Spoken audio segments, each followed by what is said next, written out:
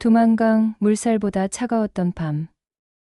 난 지갑 속 쪽지를 움켜쥔 채 국경을 건넸다. 발목까지 차오르는 강물은 뼛속까지 시려왔지만 그 찬물보다 더 선명한 건 손 안의 종이 한 장이었어요. 나는 숨을 참고 발을 내디뎠습니다. 오늘 사연 시작 전 채널을 구독하고 좋아요를 눌러주시고 어디서 시청 중인지 댓글로 알려주세요. 이 이야기를 함께 느껴주세요. 금강산은 그날따라 유난히 하였습니다. 눈이 소복이 쌓인 바위와 소나무들이 낯이 수묵화처럼 펼쳐졌죠. 2002년 겨울. 나는 28살 관광 안내원이었어요. 검은 제복에 빨간 명찰을 단 북측 관광 안내원 한설인. 매일 남측에서 오는 관광객들을 맞이하는 게 내 일상이었습니다. 그날도 여느 때와 다름없이 버스에서 내리는 관광객들을 맞았어요. 추위에 움츠러든 어깨, 호기심 가득한 눈빛, 그리고 조금은 긴장한 표정들. 매일 보는 풍경이었죠. 하지만 그날은 조금 달랐습니다. 버스 뒤편에서 휠체어를 밀고 내리는 한 남자가 보였어요. 서울에서 온 정민호, 38세. 그는 70대로 보이는 노부부를 모시고 왔더군요. 아버지 정영호 씨는 휠체어에 앉아 계셨고 어머니 김순자 씨는 남편 곁을 한 발짝도 떨어지지 않았습니다. 어머니, 조심하세요. 여기 미끄러워요. 민호의 목소리는 부드럽고 따뜻했어요. 그는 어머니의 팔을 잡아주며 아버지의 휠체어를 안전하게 밀었습니다. 나는 그런 그들을 보며 처음으로 뭔가 따뜻한 감정을 느꼈어요. 가족이라고 해야 할까요? 우리에게는 좀처럼 보기 힘든 모습이었죠. 안녕하세요. 금강산 관광에 오신 것을 환영합니다. 저는 오늘 여러분의 안내를 맡은 한설인입니다. 내 인사에 민호가 먼저 고개를 숙였습니다. 그의 눈이 내 명찰로 향했다가 곧 얼굴로 올라왔어요. 잠깐이었지만 우리 눈이 마주쳤을 때 이상하게 가슴이 떨렸습니다. 쓸데없는 생각이라며 머릿속에서 지워버렸죠. 첫날 일정은 구룡폭포였어요. 하지만 휠체어로는 갈 수 없는 코스였죠. 민호 씨의 아버지는 실망한 기색이 역력했습니다. 정영호 어르신, 걱정 마세요. 특별히 휠체어로도 볼 수 있는 전망대로 안내해 드릴게요. 그렇게 말한 내 자신이 놀라웠어요. 원래 규정을 벗어난 안내는 절대 하지 않는 성격이었거든요. 하지만 그날만큼은 달랐습니다. 정영호 어르신의 간절한 눈빛이 내 마음을 움직였나 봐요. 전망대에 도착했을 때 정영호 어르신의 눈에서 눈물이 흘렀습니다. 먼 산자락을 바라보며 그는 떨리는 목소리로 말했어요. 저 산 너머가 내 고향이었소. 그 한마디에 나도 모르게 코끝이 찡해졌습니다. 민호는 아버지의 어깨를 가만히 두드렸고 김순자 어머님은 남편의 손을 꼭 잡았어요. 그 순간 나는 처음으로 분단의 아픔을 가슴으로 느꼈습니다. 규정대로라면 정치적인 이야기는 피해야 했지만 나는 그저 조용히 그들 곁에 서 있었어요. 저녁 식사 시간. 민호는 조용히 내게 다가왔습니다. 안내원님, 오늘 특별히 신경 써주셔서 감사합니다. 아버지가 정말 행복해 하셨어요. 민호의 목소리는 낮고 진심이 담겨 있었어요. 그때 처음으로 그의 얼굴을 제대로 보았습니다. 마흔을 바라보는 나이였지만 웃을 때 눈가에 잡히는 주름이 따뜻해 보였죠. 평소라면 형식적인 대답을 했겠지만 그날은 달랐어요. 별 말씀을요. 저도 기뻤습니다. 이렇게 첫날이 지나갔어요. 그때는 몰랐습니다. 이 만남이 내 인생을 완전히 바꿔놓을 거라는 걸요. 다음 날 아침, 관광객들이 숙소에서 나와 모이는 장소로 향했습니다. 매일 반복되는 일과였지만 그날은 유독 발걸음이 가벼웠어요. 정민호 씨와 그의 부모님을 다시 볼 수 있다는 생각 때문이었을까요? 내 마음의 변화가 스스로도 낯설었습니다. 안개가 자욱한 금강산 아침. 관광객들 사이에서 민호 씨의 키 큰 실루엣을 쉽게 찾을 수 있었어요. 그는 여전히 부모님 곁을 지키고 있었죠. 나도 모르게 미소가 번졌습니다. 오늘은 만물상 코스를 안내해 드리겠습니다. 경사가 있어 휠체어로는 어려운 구간이 있으니 양해 부탁드립니다. 안내를 마치자 민호 씨가 조심스레 다가왔어요. 그는 부모님을 케이블카 근처 벤치에 모셔두고 왔다고 설명했습니다. 자신은 코스를 돌아보고 사진을 많이 찍어 부모님께 보여드리고 싶다는 말도 덧붙였죠. 그날 하루 종일 나는 민호 씨가 시선의 끝에 머물도록 신경 썼어요. 그가 열심히 사진을 찍는 모습, 감탄하며 경치를 바라보는 눈빛, 가끔 나를 향해 질문하는 모습까지 모든 것이 새롭게 다가왔습니다. 점심시간에 민호 씨는 부모님께 돌아갔고 저는 다른 관광객들을 안내했어요. 하지만 계속 그의 모습이 머릿속에 맴돌았죠. 이런 감정은 처음이었어요. 우리는 어차피 며칠 후면 다시는 만날 수 없는 사이였기에 더 혼란스러웠습니다. 마지막 날 아침, 관광객들이 짐을 싸는 분주한 시간이었어요. 로비에서 체크아웃을 돕던 중 민호 씨가 나에게 다가왔습니다. 그는 무언가 전하고 싶은 듯 망설이는 눈치였죠. 서린 씨, 이번 여행이 부모님께 큰 선물이 됐습니다. 특히 당신의 친절한 안내가 없었다면 불가능했을 거예요. 공식적인 말이었지만 그 안에 담긴 진심이 느껴졌어요. 나는 정해진 대답을 했습니다. 본분을 다했을 뿐입니다. 돌아가시는 길도 안전하게 가시길 바랍니다. 그때 민호 씨는 주위를 살피더니 조심스럽게 손을 내밀었어요. 악수를 청하는 줄 알았는데 그 손바닥 위에는 작은 종이가 있었습니다. 짧은 순간이었지만 나는 본능적으로 그 종이를 받아 재빨리 주머니에 넣었어요. 아무도 보지 않았길 바라며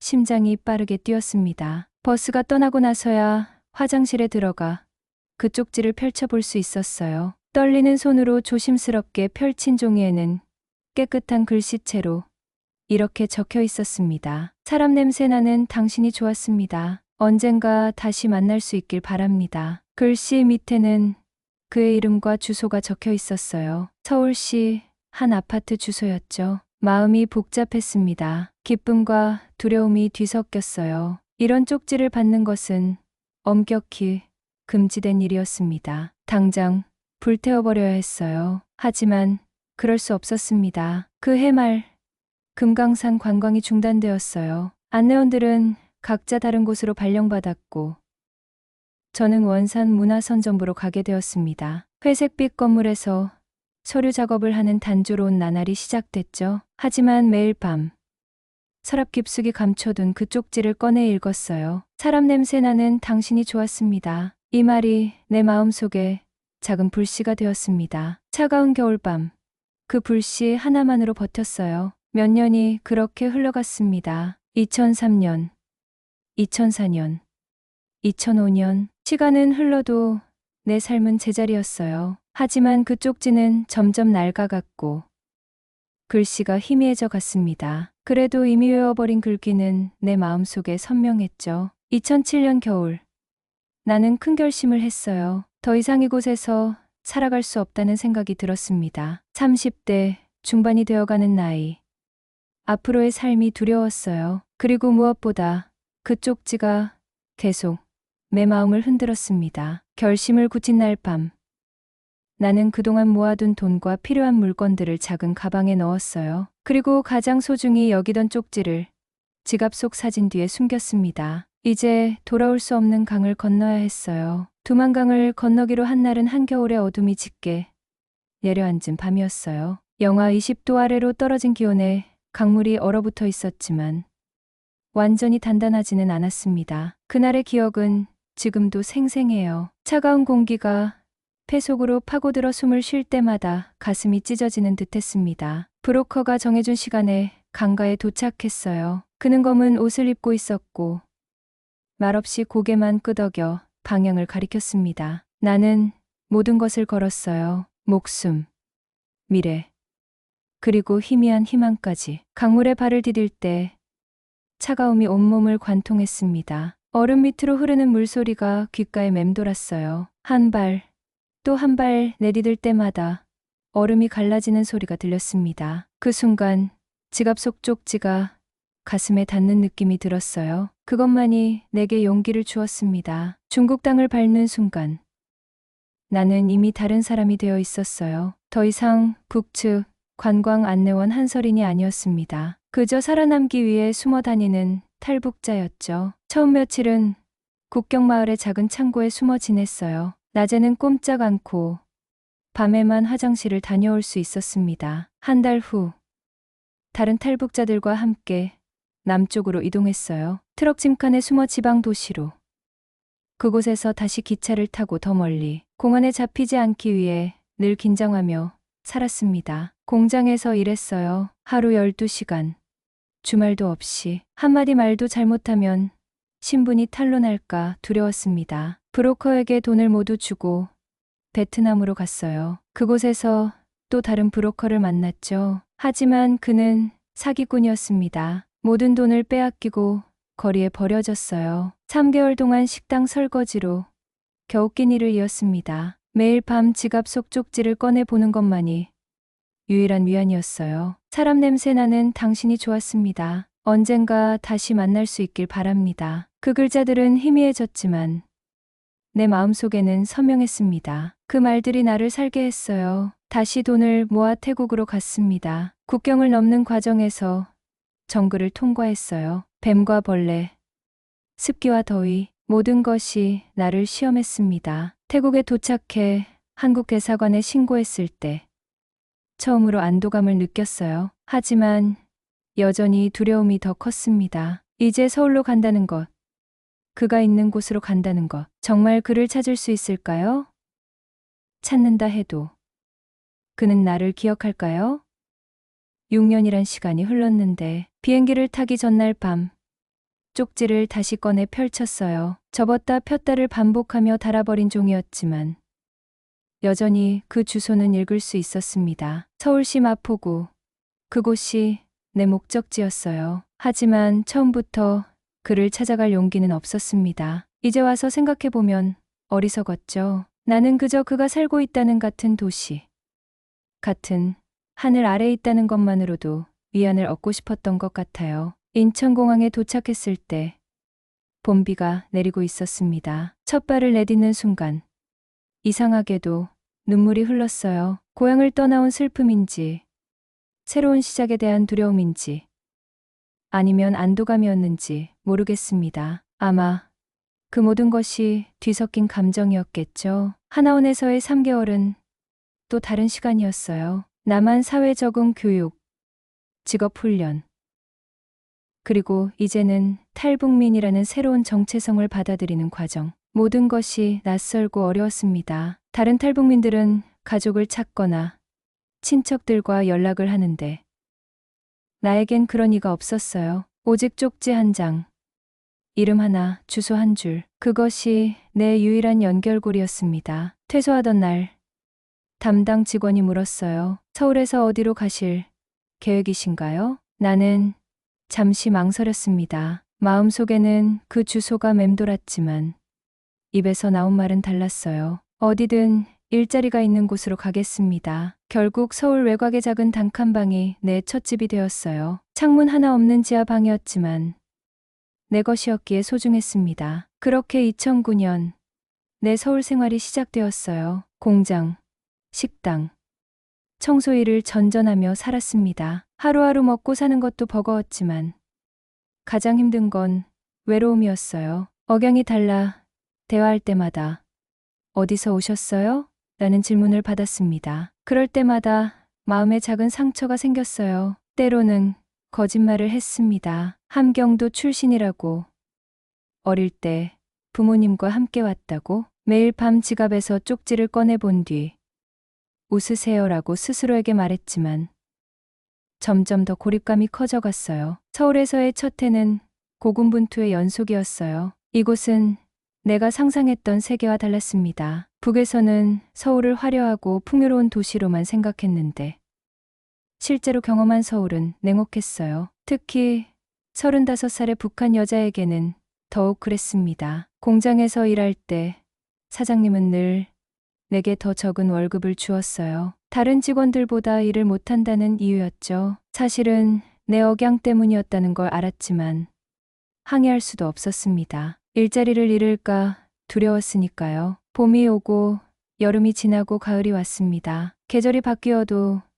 내 삶은 변함없이 고단했어요. 작은 방으로 돌아오는 밤길, 혼자 먹는 컵라면, 그리고 가끔 펼쳐보는 그 낡은 쪽지. 이것이 내 하루의 전부였습니다. 어느 날 버스에서 우연히 마포구를 지나게 되었어요. 창밖으로 민호 씨 주소에 적힌 동네가 보였습니다. 심장이 빠르게 뛰었어요. 충동적으로 버스에서 내려 그 거리를 걸었습니다. 높은 아파트들 사이로 난 길을 따라 천천히 걸었어요. 그가 살았던 아파트 근처까지 갔지만 결국 용기가 나지 않아 돌아섰습니다. 그 후로 종종 그의 동네를 지나곤 했어요. 한 번도 그를 찾아가지는 못했지만 같은 하늘 아래 있다는 생각만으로도 위안이 되었습니다. 어쩌면 길에서 우연히 마주칠지도 모른다는 헛된 희망을 품기도 했어요. 2010년 겨울 식당 일을 하다 손을 대었습니다. 꽤 심한 화상이었어요. 병원비가 무서워 작은 의원에 갔는데 그곳 의사 선생님이 내 북한 억양을 알아차렸습니다. 혹시 북에서 오셨나요? 순간 얼어붙었어요. 대답을 망설이자 그는 따뜻하게 웃었습니다. 걱정 마세요. 제 어머니도 함경도 출신이세요. 치료비는 천천히 내셔도 됩니다. 그 말에 눈물이 났어요. 오랜만에 만난 친절이었습니다. 그는 내게 탈북민 지원센터를 소개해 주었어요. 그곳에서 다른 탈북민들도 만나고 직업 교육도 받을 수 있다고 했습니다. 센터에서 처음으로 비슷한 처지의 사람들을 만났어요. 그들과 이야기하며 내 이야기를 나눌 수 있었습니다. 고향에 대한 그리움, 적응의 어려움, 그리고 미래에 대한 두려움까지 모두가 비슷한 아픔을 안고 있었어요. 센터의 도움으로 마트 캐셔 일을 시작했습니다. 이전보다 안정적인 수입이 생겼어요. 작은 월세방에서 조금 더 나은 곳으로 이사도 했습니다. 창문이 있는 방, 햇빛이 들어오는 공간이었어요. 작은 변화였지만 내게는 큰 의미가 있었습니다. 2012년 드디어 한국 국적을 취득했어요. 주민등록증을 받던 날 가슴이 벅찼습니다. 이제 공식적으로 이곳의 일원이 된 거예요. 그날 밤 지갑에서 쪽지를 꺼내 다시 읽었습니다. 희미해진 글씨를 따라 손가락을 천천히 움직였어요. 사람 냄새 나는 당신이 좋았습니다. 이제는 조금 웃을 수 있었어요. 정말 사람 냄새 나는 삶을 살고 있는 것 같았으니까요. 힘들고 고단하지만 진짜 사람 사는 냄새가 나는 삶. 하루하루 버티며 살아가는 삶이었습니다. 2013년 초 센터에서 소개해준 커피숍에서 일하게 되었어요. 손님들과 대화할 기회가 많았고 자연스럽게 한국말도 더 늘었습니다. 억양은 여전했지만 이제는 그것이 그렇게 큰 장벽처럼 느껴지지 않았어요. 그해 여름 우연히 커피숍에 들른 한 손님이 금강산 이야기를 하는 것을 들었습니다. 귀가 솔깃해져 대화에 귀 기울였어요. 금강산 관광이 재개될 가능성이 있대요. 몇 년 전에 갔었는데 정말 아름다웠거든요. 가슴이 쿵쾅거렸어요. 금강산, 그리고 민호 씨. 모든 기억이 물밀듯이 밀려왔습니다. 그날 밤 오랜만에 민호 씨를 찾아볼까 심각하게 고민했어요. 하지만 여전히 용기가 나지 않았습니다. 너무 많은 시간이 흘렀고 그는 이미 자신의 삶을 살고 있을 거예요. 어쩌면 결혼해서 가정도 꾸렸을지 모릅니다. 2014년 초 센터에서 다문화 언어 교육 프로그램을 소개받았어요. 그곳에서 한국어를 잘 못하는 외국인들에게 기초적인 한국어를 가르치는 보조 교사를 구한다고 했습니다. 망설였지만 센터 선생님의 강력한 권유로 지원했어요. 면접 날 가슴이 두근거렸습니다. 북한 출신임을 밝혀야 할지 아니면 그냥 함경도 사투리를 쓴다고 할지 고민했어요. 결국 솔직하게 말하기로 했습니다. 더 이상 숨기고 싶지 않았어요. 면접실에 들어서는 순간 시간이 멈췄습니다. 책상 앞에 앉아 있는 사람은 다름 아닌 민호 씨였어요. 12년 만에 마주한 그의 얼굴. 그는 나를 바로 알아보지 못했습니다. 하지만 내 이름을 확인하는 순간 그의 눈이 커졌어요. 한서린 씨. 목소리는 기억보다 더 낮고 부드러웠습니다. 나는 말없이 고개를 끄덕였어요. 심장이 터질 것 같았습니다. 시간이 얼마나 흘렀는지 모르겠어요. 민호 씨와 나, 우리는 그저 서로를 바라볼 뿐이었습니다. 면접실의 공기가 멈춘 것 같았어요. 심장은 빠르게 뛰었지만 몸은 얼어붙은 듯 했습니다. 민호 씨가 천천히 자리에서 일어났어요. 그의 얼굴에는 믿기지 않는다는 표정이 역력했습니다. 12년의 세월이 그에게도 흔적을 남겼지만 눈빛만은 여전했어요. 따뜻하고 깊은 눈동자. 정말 설인 씨 맞나요? 그의 목소리가 떨렸습니다. 나는 여전히 말을 잇지 못했어요. 대신 손을 들어 지갑을 열었습니다. 그리고 오랫동안 간직해 온 쪽지를 꺼냈어요. 낡고 바랜 종이었지만 그것은 우리 사이의 유일한 증거였습니다. 민호 씨가 쪽지를 보는 순간 그의 눈에 눈물이 맺혔어요. 나도 참았던 눈물이 흘러내렸습니다. 말없이 서로를 바라보던 그 순간이 내 인생에서 가장 긴 시간처럼 느껴졌어요. 다른 면접관들이 의아해하자 민호 씨는 급히 상황을 정리했습니다. 면접은 형식적으로 마무리되었고 그는 나에게 잠시 기다려 달라고 했어요. 센터 로비에서 1시간을 기다린 끝에 그가 나타났습니다. 커피 한잔 하실래요? 센터 근처의 조용한 카페로 향했습니다. 창가 자리에 앉아 서로를 마주했어요. 그는 나보다 더 긴장한 듯 보였습니다. 커피를 주문하고 난 후 마침내 우리의 대화가 시작됐어요. 어떻게 여기까지 오셨나요? 간단한 질문이었지만 그 안에는 수없이 많은 물음이 담겨 있었습니다. 나는 천천히 조금씩 내 이야기를 풀어냈어요. 금강산 관광이 중단된 후의 삶, 탈북을 결심했던 순간, 그리고 두만강을 건넌 겨울밤, 중국에서의 도피 생활과 태국을 거쳐 한국에 오기까지의 여정, 서울에서의 힘든 적응기까지. 민호 씨는 말없이 내 이야기를 들었어요. 때로는 눈을 감고, 때로는 깊게 숨을 들이마시며 내가 이야기를 마쳤을 때 그는 오랫동안 침묵했습니다. 그 쪽지 때문에 그렇게 위험한 길을 선택하셨다니. 그의 목소리에는 미안함이 가득했어요. 나는 고개를 저었습니다. 그 쪽지는 이유가 아니라 용기였어요. 제가 가야 할 길을 알려준 나침반 같은 존재였죠. 민호 씨도 자신의 이야기를 들려주었어요. 금강산에서 돌아온 후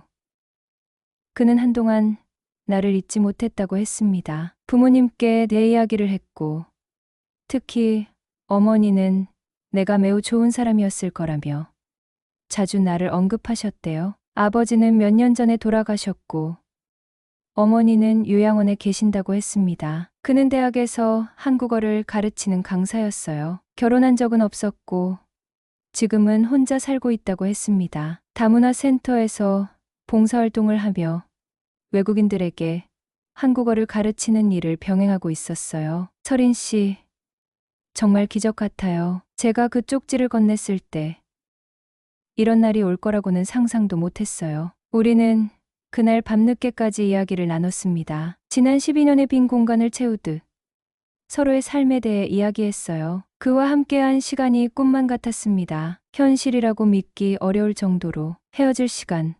그는 내게 연락처를 물었어요. 핸드폰 번호를 교환하며 어색하게 웃었습니다. 이제 40을 넘긴 우리가 마치 10대처럼 느껴졌어요. 면접 결과는 제가 이미 알려드린 거 맞죠? 당황스러웠지만 그는 웃으며 말했습니다. 합격이에요. 하지만 원하지 않으시면 괜찮습니다. 잠시 생각한 후 나는 고개를 끄덕였어요. 그와 같은 공간에서 일하는 것이 두렵기도 했지만 기대되기도 했습니다. 새로운 시작을 향한 발걸음이었어요. 그날 밤 집으로 돌아와 이불 속에 누웠을 때 지난 12년간 처음으로 편안하게 잠들 수 있었습니다. 마치 오랫동안 달려온 길의 끝에 도착한 것 같은 느낌이었어요. 다음 날 아침 민호 씨에게서 문자가 왔습니다. 간단한 인사와 함께 내일 센터에서 만나자는 내용이었어요. 그 짧은 메시지에 하루 종일 미소가 떠나지 않았습니다. 센터에서의 첫날,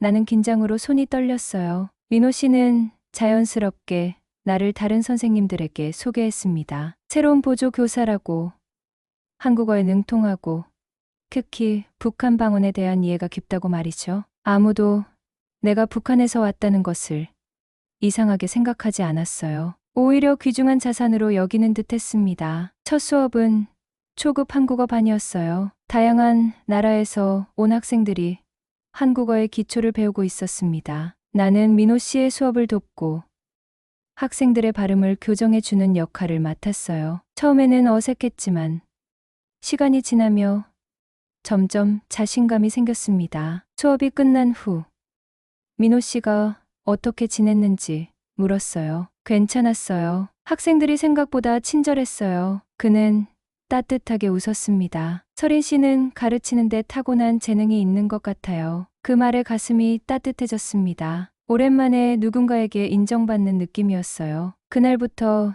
우리는 일주일에 3번 센터에서 함께 수업을 했습니다. 점점 서로에게 익숙해져 갔어요. 어느 날 민호 씨가 물었습니다. 서린 씨, 혹시 북한 동요나 놀이를 알려줄 수 있을까요? 다문화 아이들에게 다양한 문화를 소개하는 특별 수업을 계획 중이에요. 잠시 망설였지만 이내 고개를 끄덕였어요. 어린 시절 불렀던 노래들, 친구들과 했던 놀이들, 잊고 있던 기억들이 하나둘 떠올랐습니다. 그것들을 나눌 수 있다는 생각이 설레기도 했어요. 2015년 봄, 센터에서의 특별 수업이 시작되었어요. 다문화 가정의 아이들과 노인 한글, 교실 어르신들이 함께하는 프로그램이었습니다. 처음에는 부담스러웠지만 민호 씨의 격려로 용기를 냈어요. 오늘은 북한에서 아이들이 부르는 동요와 놀이를 배워볼 거예요. 떨리는 목소리로 시작했지만 아이들의 호기심, 어린 눈빛을 보며 점점 자신감이 생겼습니다. 어린 시절 친구들과 불렀던 노래, 골목에서 뛰어놀던 기억들이 하나둘 살아났어요. 아이들은 금방 노래를 따라 불렀고 어르신들은 미소 지으며 고개를 끄덕이셨습니다. 특히 한 할머니는 눈물을 글썽이셨어요. 이 노래 우리 어머니가 불러주시던 건데 북에 두고 온 가족이 생각나셨나 봐요. 그 순간 나와 할머니 그리고 교실의 모든 사람들이 하나로 연결된 것 같았습니다. 국적도 나이도 다르지만 모두가 같은 마음을 나누는 순간이었어요. 수업이 끝난 후 민호 씨가 내 손을 꼭 잡았습니다. 정말 멋졌어요. 서린 씨가 보여준 모습이 감동적이었어요. 그의 칭찬에 얼굴이 화끈거렸어요. 하지만 그날 처음으로 내가 누군가에게 도움을 줄 수 있다는 사실에 가슴이 벅찼습니다. 늘 도움을 받기만 하던 내가 이제는 나눌 수 있는 사람이 되어가고 있었어요. 그 특별 수업은 센터의 정기 프로그램이 되었습니다. 북한 문화와 언어 이야기라는 이름으로 매주 진행되었어요. 프로그램이 입소문을 타면서 참가자도 늘어났습니다. 심지어 지역 신문에 소개되기도 했어요. 한서린 선생님은 우리 센터의 보물입니다. 센터장님의 말씀에 부끄러웠지만 기뻤어요. 이제 사람들은 나를 탈북민이 아닌 선생님으로 불렀습니다. 그 호칭이 주는 무게와 자부심이 있었어요. 민호 씨와의 관계도 자연스럽게 발전했습니다. 수업이 끝난 후 함께 커피를 마시고 가끔은 식사도 같이 했어요. 우리는 주로 교육에 관한 이야기를 나눴지만 점점 개인적인 대화도 늘어갔습니다. 2016년 여름, 민호 씨가 어머니를 소개해주고 싶다고 했어요. 김순자 어머님은 요양원에 계셨는데 간간히 기억력이 흐트러지시지만 대체로 정정하셨습니다. 심장이 두근거렸어요. 금강산에서 배웠던 그분을 다시 만난다는 생각에 요양원에 도착했을 때 어머님은 창가에 앉아 계셨어요. 8년 전보다 많이 야위셨지만 여전히 따뜻한 미소를 간직하고 계셨습니다. 민호 씨가 나를 소개했어요. 어머니, 기억나세요? 금강산에서 우리를 안내해 주셨던 서린 씨예요. 어머님은 잠시 나를 바라보시더니 천천히 고개를 끄덕이셨습니다. 그러곤 내 손을 잡아주셨어요. 따뜻하고 주름진 손이었습니다. 그래, 기억나. 눈 내리는 금강산에서 만났지. 우리 민호가 널 많이 이야기했단다. 눈물이 났어요. 어머님은 내 손을 꼭 잡은 채 민호 씨를 바라보셨습니다. 그리고 아들에게 말씀하셨어요. 이 아이를 잘 챙겨라. 고생 많이 했을 거야. 그날 어머님과 오랜 시간 이야기를 나눴습니다. 북에 두고 온 가족 이야기, 남한에서의 적응기. 어머님도 젊은 시절 실향민으로서의 아픔을 나누셨어요. 서로 다른 시대, 다른 상황이었지만 같은 아픔을 공유하고 있었습니다. 돌아오는 길, 민호 씨가 조용히 말했어요. 어머니가 오랜만에 밝은 모습을 보이셨어요. 서린 씨 덕분이에요. 그의 목소리에 담긴 따뜻함이 내 마음을 적셨습니다. 우리 사이에 무언가가 자라고 있다는 걸 느꼈어요. 아직 이름 붙이기는 어려웠지만 분명히 존재하는 무언가. 2017년 센터에서 다문화 가정을 위한 북한 요리 교실을 열자는 제안이 들어왔어요. 내가 진행하는 첫 단독 프로그램이었습니다. 처음에는 자신이 없었지만 민호 씨의 응원으로 용기를 냈어요. 옥수수국수, 감자전, 평양냉면, 고향의 맛을 재현하며 마음이 뭉클했습니다. 요리를 가르치는 동안 자연스럽게 북한의 일상생활과 문화도 소개했어요. 참가자들은 호기심, 어린 질문을 쏟아냈고 나는 최대한 솔직하게 대답했습니다. 프로그램은 큰 인기를 끌었어요. 지역 신문에 다시 한번 소개되었고 심지어 작은 지역 방송에서 인터뷰 요청도 왔습니다. 카메라 앞에 선다는 것이 두려웠지만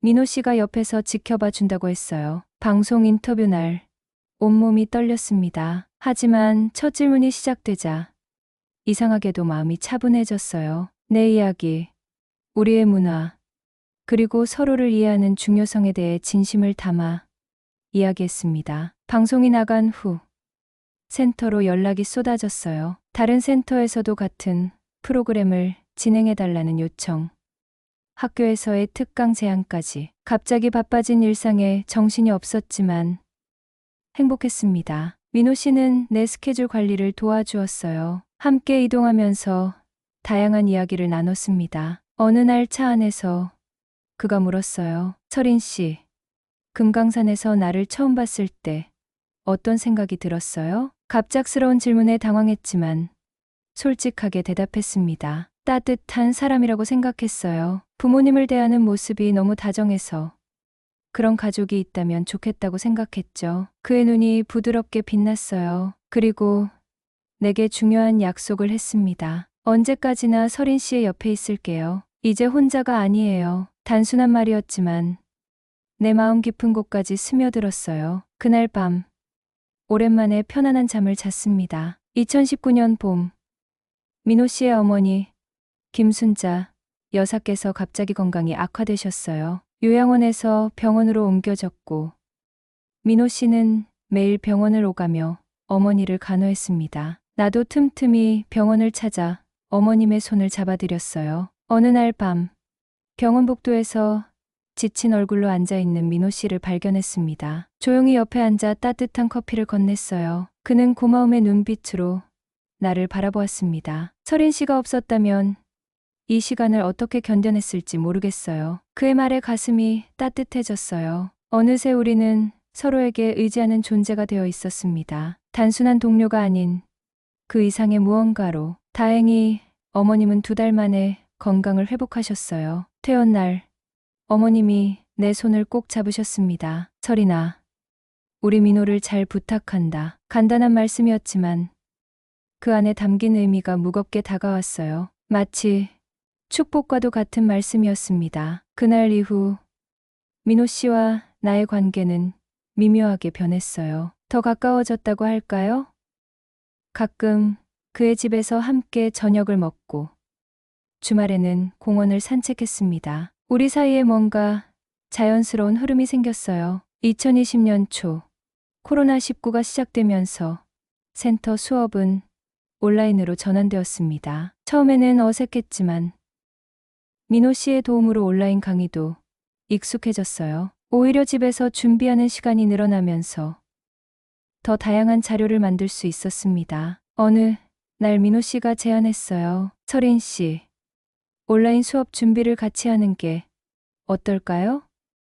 제 집이 더 넓으니까 장비도 함께 쓸 수 있고요. 그렇게 일주일에 몇 번씩 그의 집에서 수업 준비를 하게 되었습니다. 처음에는 어색했지만 곧 편안한 루틴이 만들어졌어요. 아침에 함께 커피를 마시고 점심은 번갈아 준비했습니다. 가끔은 저녁까지 함께하며 영화를 보기도 했죠. 팬데믹 상황이 길어지면서 우리의 일상도 자연스럽게 얽혀갔어요. 주말에는 함께 장을 보고 요리를 했습니다. 민호 씨는 내가 만든 북한 음식을 좋아했고 나는 그가 만든 파스타에 맛들였죠. 서로의 취향을 배우고 습관을 이해해가는 과정이 행복했어요. 2021년 여름, 규제가 조금 완화되자 민호 씨가 근교 드라이브를 제안했습니다. 양평의 한적한 강가에 도착해 벤치에 앉았어요. 강물이 반짝이는 모습을 바라보며 잠시 침묵을 지켰습니다. 설인 씨, 지난 몇 년이 제 인생에서 가장 행복한 시간이었어요. 민호 씨의 말에 가슴이 뛰었습니다. 그는 천천히 내 손을 잡았어요. 따뜻하고 단단한 손이었습니다.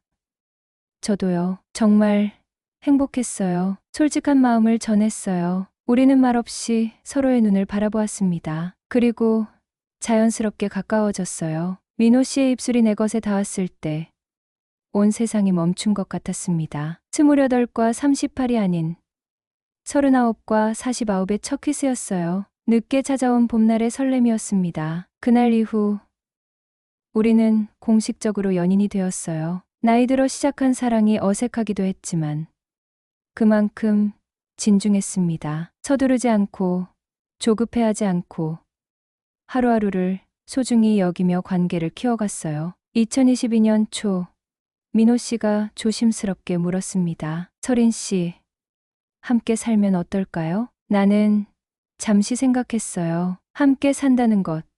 그것은 내게 또 다른 도전이었습니다. 하지만 이미 우리는 일상의 많은 부분을 공유하고 있었고 서로에게 의지하고 있었죠. 좋아요. 함께 살아요. 그렇게 나는 민호 씨의 아파트로 이사했습니다. 넓은 창문으로 햇살이 가득 들어오는 공간이었어요. 내 물건은 많지 않았지만 민호 씨는 정성껏 내 공간을 마련해 주었습니다. 책상, 책장, 그리고 작은 화분까지 모든 것이 새롭고 설렜어요. 함께 사는 일상은 생각보다 자연스러웠습니다. 아침에 일어나 함께 커피를 마시고 각자의 일을 하다가 저녁에 다시 만나 하루를 나누는 패턴이 만들어졌어요. 가끔은 사소한 의견 차이로 다투기도 했지만 대화로 풀어가는 법을 배웠습니다. 2022년 가을, 센터에서 큰 행사가 있었어요. 다문화 화합 축제라는 이름으로 다양한 나라의 문화와 음식을 소개하는 자리였습니다. 나는 북한 문화 부스를 맡아 전통 놀이와 요리를 선보였어요. 민호 씨는 내내 옆에서 도와주었습니다. 행사가 끝난 후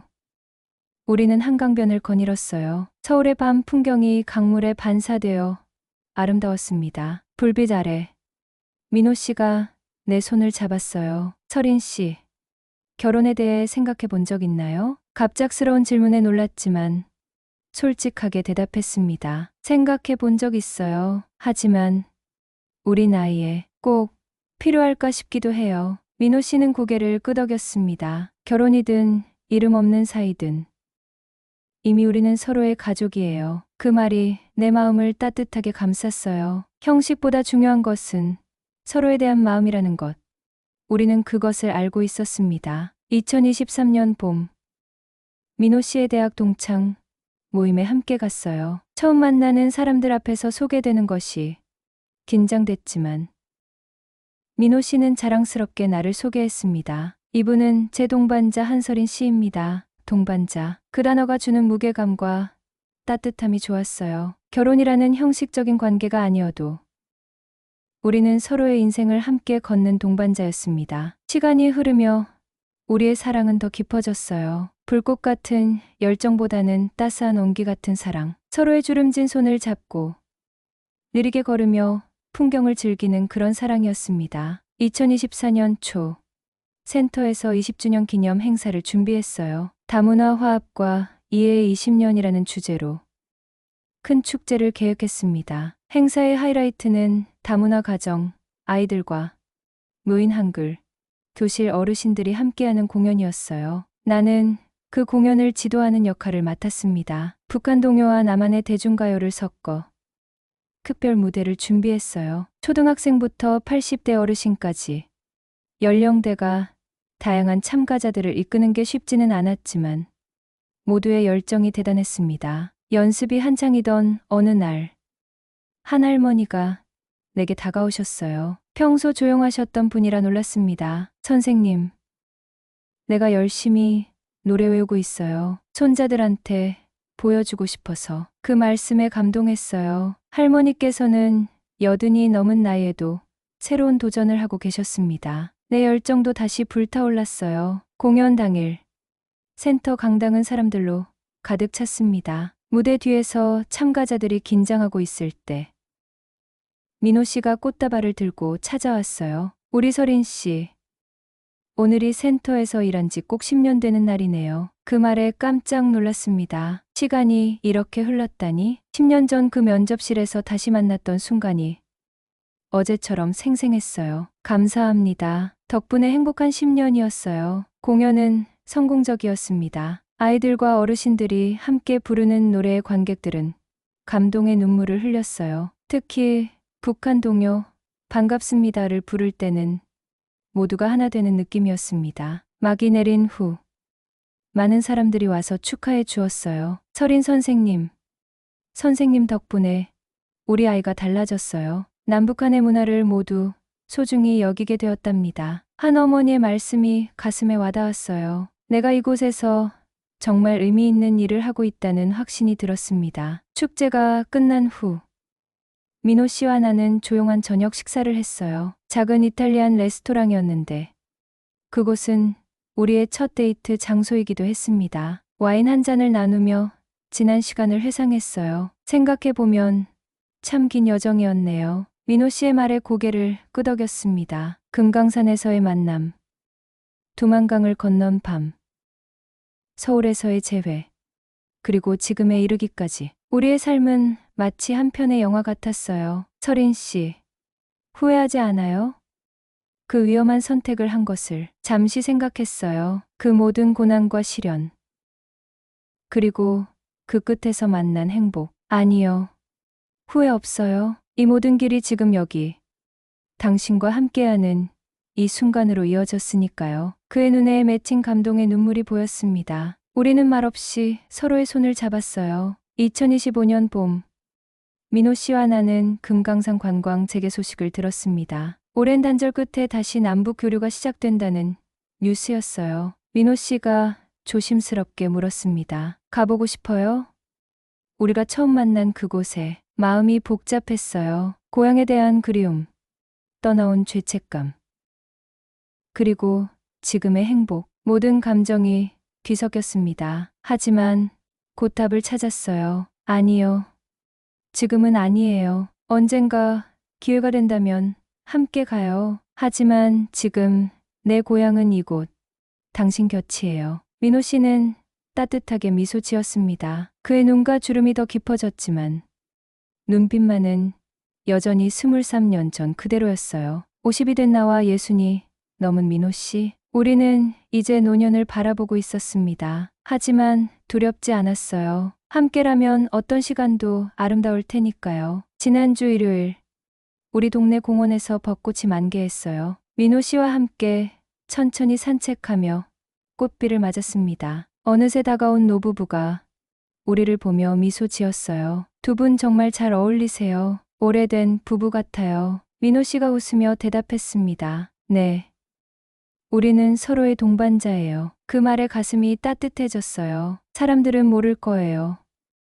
우리가 얼마나 먼 길을 돌아왔는지. 금강산에서 서울까지, 28에서 50까지. 그 모든 시간과 공간을 넘어 우리는 지금 여기 함께 서 있었습니다. 해질녘, 집으로 돌아가는 길에 민호 씨가 내 손을 꼭 잡았어요. 우리 앞에 길게 이어진 철길 너머로 봄 햇살이 쏟아지고 있었습니다. 서린 씨, 삶이란 참 신기한 것 같아요. 누구에게나 두 번째 봄은 찾아오는 것 같아요. 늦게 오더라도 그 봄은 더 아름답죠. 고개를 끄덕였어요. 이제는 알겠습니다. 나이는 숫자에 불과하고 진정한 봄은 마음속에서 피어난다는 것을, 삶의 어떤 순간에도 새로운 시작은 가능하다는 것을. 별빛이 흐르는 밤하늘 아래 민호 씨가 내게 속삭였어요. 앞으로도 천천히 함께 걸어요. 나도 그의 손을 꼭 잡으며 대답했습니다. 느리지만 확실한 행복. 그것이 우리의 약속이었으니까요. 철길 넘어 봄처럼 누구에게나 두 번째 인생과 두 번째 사랑은 찾아옵니다. 우리의 이야기가 바로 그 증거예요. 오늘 이야기 어떠셨나요? 좋아요, 구독, 그리고 여러분들의 마음을 댓글로 꼭 남겨주세요. 사연자분께 큰 힘이 됩니다.